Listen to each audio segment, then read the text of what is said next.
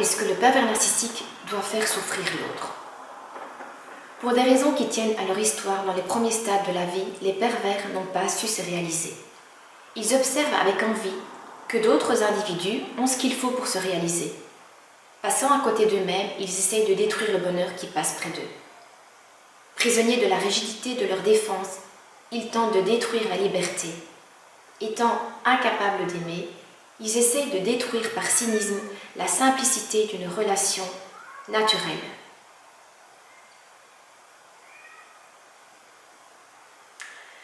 Pour s'accepter, les pervers narcissiques doivent triompher et détruire quelqu'un d'autre en se sentant supérieur. Ils jouissent de la souffrance des autres.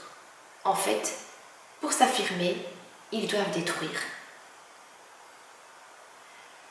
Le moteur du noyau pervers, c'est l'envie, le but de l'appropriation. L'envie est un sentiment de convoitise, d'irritation haineuse à la vue du bonheur et des avantages d'autrui.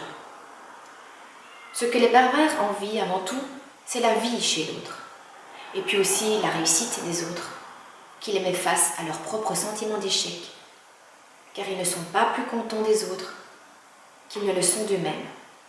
En fait, rien ne va jamais. Tout est compliqué, tout est une épreuve. Ils imposent aux autres leur vision péjorative du monde et leur insatisfaction chronique concernant la vie.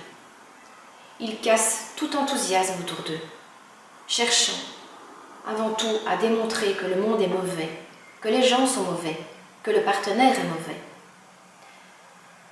Par leur pessimisme, ils entraînent l'autre dans un registre dépressif pour ensuite le lui reprocher. Ainsi donc, le désir de l'autre, sa vitalité, leur montre leur propre manque. On retrouve là l'envie, commune à bien des êtres humains, du lien privilégié que la mère entretient avec son enfant.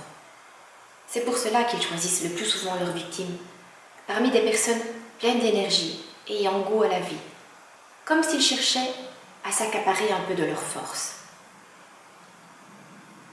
Les biens dont il s'agit ici sont rarement des biens matériels, quoique, car ils veulent montrer au monde leur réussite et susciter à leur tour l'envie d'autrui sur leur situation. Mais ce qu'ils désirent surtout, ce sont des qualités morales, difficiles à voler, la joie de vivre, la sensibilité, des qualités de communication, la créativité, des dons musicaux ou littéraires. Par exemple, lorsque le partenaire émet une idée, les choses se passent de telle façon que l'idée émise ne reste plus la sienne, mais devient celle du pervers. La victime apporte énormément, mais ce n'est jamais assez.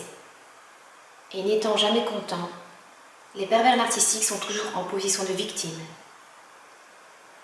Et la mère, ou bien l'objet sur lequel ils ont projeté leur mère, est toujours tenu pour responsable.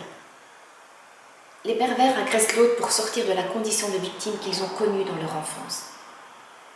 Dans une relation, cette attitude de victime séduit un partenaire qui veut consoler, réparer, avant de le mettre dans une position de coupable.